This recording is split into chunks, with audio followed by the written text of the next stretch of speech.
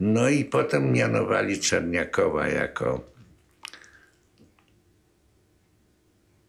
Kto go mianował? Fischer chyba, albo może mianował go Fischer, ale to był, jak on się nazywał, komendant, nie wiem jaką funkcją tam była, cywilny namiestnik Hitlera w Warszawie, nie pamiętam który to z nich był. I Czerniakowa mianował. Czerniakow powołał z nominacji zarząd gminy żydowskiej, bo to też jest samorządowa instytucja, prawda? I tam wszystkie partie i między innymi wobec tego, że bunt miał tam bardzo wielu radnych, w tej samej proporcji, co magister w Radzie Miejskiej, więc jedyny z tych radnych, który był Zygielbojm i on został powołany do rady. I tak to było, to chyba było, nie wiem, w październiku, w listopadzie 1939 roku. No i, ale jeszcze wtedy nie było mowy. I nagle zaczęto mówić o getcie, że Niemcy wprowadzą getto i tak dalej. I zebrał się przed tą gminą żydowską na Grzybowskiej 20 ileś tam, szalony tłum ludzi, podwórko było wielkie, całe podwórko zapchane ludźmi i na ulicy. No i nie wiem, Czerniakow pojechał do tych władz, zaczęli pertraktować i powiedzieli, że teraz nie będzie getta.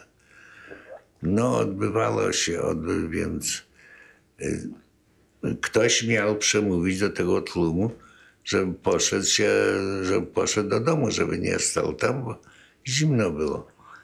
Ja tam stałem na w takiej klatce schodowej gdzieś i widać było cały plac, pełno ludzi i tak dalej.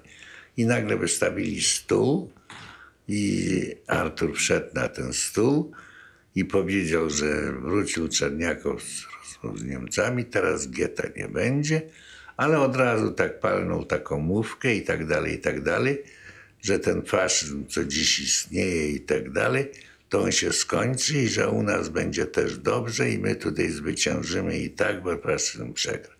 I zszedł z tego stołu i już. I poszedł do domu.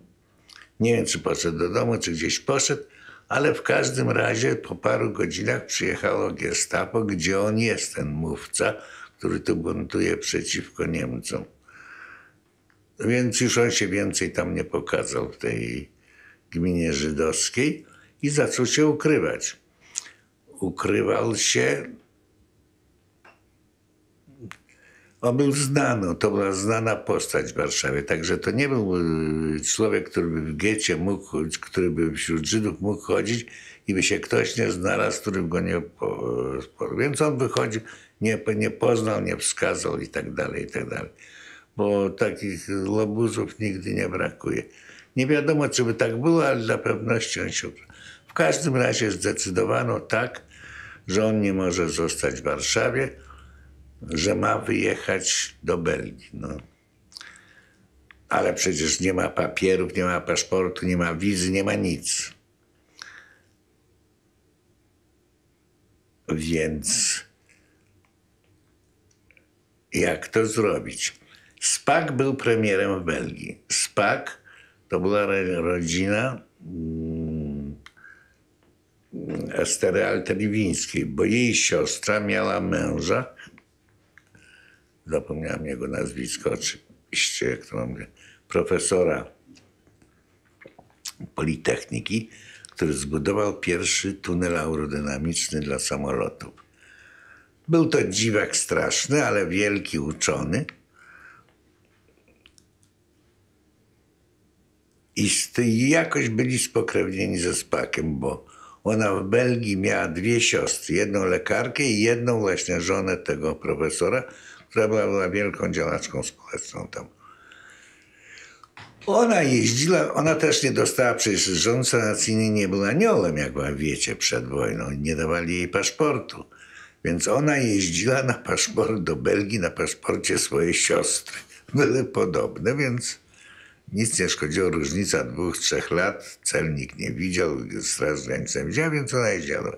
Więc miała ten paszport swojej siostry belgijskiej. No więc to już było podziemie. W ten paszport belgijski wlepiono i zmieniono fotografię, pieczątkę i tego. I Artur miał jechać do Belgii.